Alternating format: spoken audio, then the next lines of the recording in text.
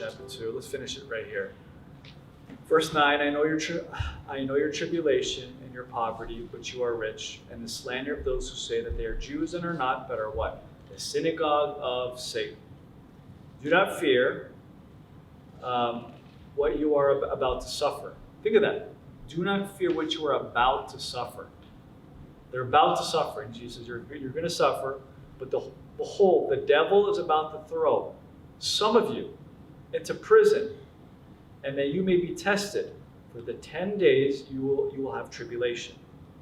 Be faithful unto death, and I will give you the crown of life. He who has a ear, let him hear what the Spirit says to the churches. The one who conquers will not be hurt by the second death. Okay? Any questions from this text?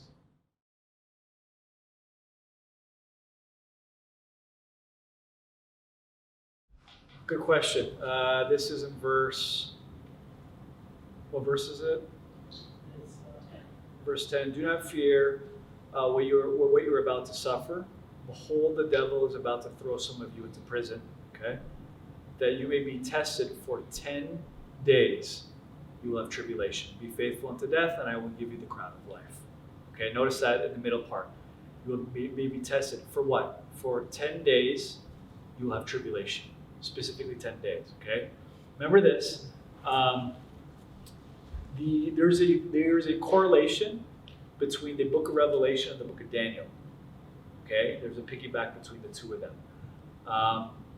Just think of specifically the church of Smyrna and what Christ is encouraging them to do.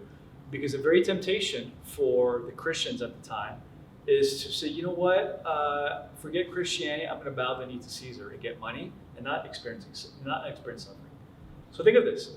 Think if you were a Christian, if you denied Christ and you worshiped Nero, you know what happened? You would never experience persecution, you would never experience tribulation, and you wouldn't be poor because you can have a job. You see? So the temptations for the Christians at the time were to deny Christ for the sake of income and for the sake of comfort. You see? So when we think of the book of Daniel, the temptation was for Daniel, for Shadrach, Meshach, and Abednego to do the exact same thing. You see? But they never did. Remember, the whole thing was bow the knee to King Nebuchadnezzar. But they never did. Right? So, Kevin, can you read Daniel chapter 1? Daniel chapter 1, I believe it's verse 12. Yeah, I believe so. Daniel chapter 1. Test your servants for 10 days. Boom. So, you see that? The Revelation chapter 2, Smyrna, 10 days is in reference to Daniel chapter 1. As far as Christ communicating to the church, if it's literal or not, it was in reference to Daniel chapter 1 as far as the same temptation. Guys, don't bow the knee to Nero. You see? Don't bow the knee to Nero. Go through it. Go through it. Now, notice this. As far as Christians, there is a mindset that we have, especially when we read the book of Daniel, especially for us who've been through, Sunday school and we hear all these crazy stories in the Bible, the Old Testament. Why doesn't Christ rescue these people? You ever think of that? You ever think that? Like think of Nero and what the Christians are experiencing. Do not fear, verse 10, what you are about to suffer. You're about to suffer. Behold, the devil is about to, so future tense, throw you into prison. Why doesn't Jesus save these people? Remember, the Christians were getting burned alive, and they were getting thrown into a pit of lions. So wait a moment. In Daniel, God did the opposite. He saved Shadrach, Meshach, and Abednego from the fire, and he saved Daniel from the lion's den. So the mindset that we could have is, if I will experience suffering, if I will experience persecution, God will save me out of it. My friend Ryan, who's in prison, who got beat up 2 weeks ago. Why doesn't God open up, do an earthquake and open his specific prison cell and him walk out? Just like Peter. Why doesn't God do that? You ever wonder that? He did that to Daniel, but does he mean he's going to do it to the Christians? They never did that here. He never did that there. He's telling them, hey, future tense, in the future, you will experience this. I'm just letting you know. Okay? So again, Did that answer your question? Yes. As far as it's in reference to Daniel chapter 1, but remember this. It was never meant, sometimes we can be so deluded into a comfort mindset as far as, the whole Jesus, the genie prayers. That this is the only reason why Christ exists. He gives me what I want. There's going to be no persecution, there's going to be no trouble. I'm gonna live this life, sickness, poverty free. This is a lie. If you read the entire Bible, people experience poverty. They experience tribulation, and not only that, Christ is telling them, "Hey, you guys are going to go through this. The devil's going to throw you into prison too." Why doesn't Christ let them? No, they went through it. See, they went through it. Beautiful thing is, remember this.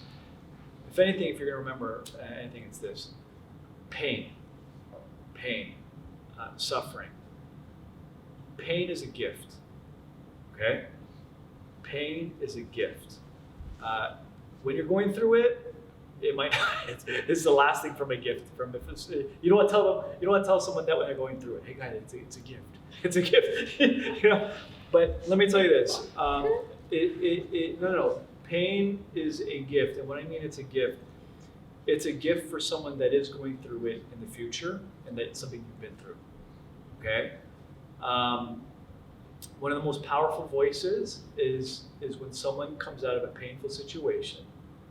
Someone comes out of a horrible event, but they got out of it, and all of a sudden they're able to communicate it in the future to someone that is presently going through it. Okay, it's a gift. Mind you, when Christ is speaking, he's not speaking from someone that's never been through it. He's speaking of someone that knows, that can sympathize with them. Okay, notice what he says this. He says, I know your tribulation, in verse 9. Does Jesus know their tribulation? Absolutely. John, 1 John chapter 1, verse 9 says, I, John, your brother, partner in the tribulation. You see that? So Jesus knows exactly what they're going through. John knows exactly what they're going through. And he's sympathizing with them in that specific moment. You see? Remember this, pain is a gift. But it's a gift to people that are going to go through a specific situation in the future. You see that? Powerful verse. 2 Corinthians chapter 1, verse 3 to 6. It says, Blessed be the God and Father of our Lord Jesus Christ, who comforts us in our affliction, so that we may be able to comfort other people who are going through afflictions as well. God comforts us in our afflictions, so in the future, I can go around and comfort other people who are experiencing that, just like Jesus, just like John is doing in this specific text right here. Remember that. Pain is a gift. I know I'm not going to tell someone going through it, you know what I mean? But when that person gets out of it, time goes on, and all of a sudden they run into someone and they're experiencing something. You notice this, the person that's going through it, the minute they know you're going through it too, you went through it, it's like a breath of fresh air. It is like a breath of fresh air when you know that someone walked, someone that did conquer what you were going through in the present moment. Breath of fresh air. You know what? One of the most frustrating things in the world is when you're going through a specific season, you're going through a specific event or hardship, and you're in a room and no one's ever been through it. You're in a room and no one gets what you. And when you do speak to them about it, when you're trying to pour out your heart, and they're just looking at you like, huh, you're weird. You know what I mean? It's one of the most frustrating things in the world. But when someone says, oh, I've been through that, and they know exactly what to do, and they've experienced the pain that you're going through at the present moment, breath of fresh air. It's a gift at the moment. See? You ever think of this? Think of you going through pain. Okay, you're in a very specific, unique situation, and you got your friends. You have your phone list, and you're going through your phone list like, who? You know what you're looking for? Not who knows all the knowledge of the Bible. Who can, you know what I mean? You're not looking for the person with all the knowledge. You're looking for the person that's been through what you're experiencing. And you might not even need knowledge, but you just need someone that, hey, this person understands what I went through. Hey, what was in your mind when you went through this? What were you doing? What were you trying to do? You see? But at that moment, it's a breath of fresh air. You see? It's a gift. It's a gift.